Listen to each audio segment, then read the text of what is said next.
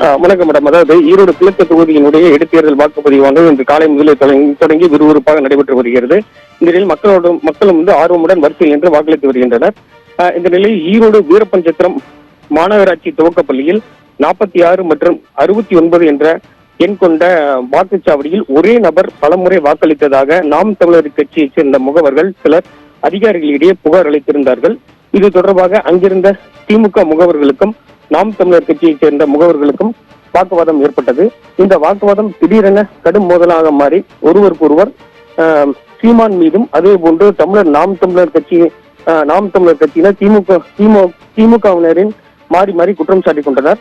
தொடர்ந்து தோல்வி பயத்தில் நாம் தமிழர் கட்சியினர் வெளியேறி மாவட்ட நிர்வாகிகளை அழைத்து வந்து இவ்வாறு வாக்குவாதத்தில் ஈடுபடுவதாகவும் குற்றம் சாட்டி வாக்குவாதத்தில் ஈடுபட்டு வருவதாகவும் தெரிவித்தனர்.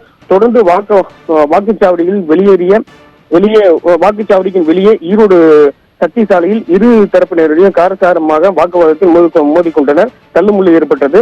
இந்த தள்ளுமுள்ளு ஏற்பட்டதை அடுத்து அங்கு பாதுகாப்பு பணியில் இருந்த காவல்துறையினர் தொடர்ந்து வாக்குவாதத்தில் ஈடுபட்டவர்களை தடுத்து இரு தரப்பினரையும் தடுத்தனர். இந்த வாக்குவாதத்தின் போது மாவட்ட காவல் கண்காணிப்பாளர் ஜவஹர் உத்தரவின் பேரில் அங்கு ஏராளமான போலீசார்கள் குவிக்கப்பட்டு அந்த வாக்குவாதத்தில் ஈடுபட்டவர்களை அப்புறப்படுத்தியுள்ளனர். மீண்டும் இந்த வாக்குப்பதிவானது தொடர்ந்து நடைபெற்று வருகிறது. மேடம், நேர்களை ஈரோடு கிழக்கு சட்டமன்ற தொகுதி இடைத்தேர்தலில் நாம் தமிழர் கட்சியினர் கள்ள ஓட்டு செலுத்த முயற்சித்ததாக குற்றம் சாட்டி தற்பொழுது திமுகவினர் மற்றும் நாம் தமிழர் கட்சியினரிடையே வாக்குவாதமானது ஏற்பட்டிருக்கிறது. இது தொடர்பான காட்சிகளை நாம் தற்போது பார்க்கலாம்.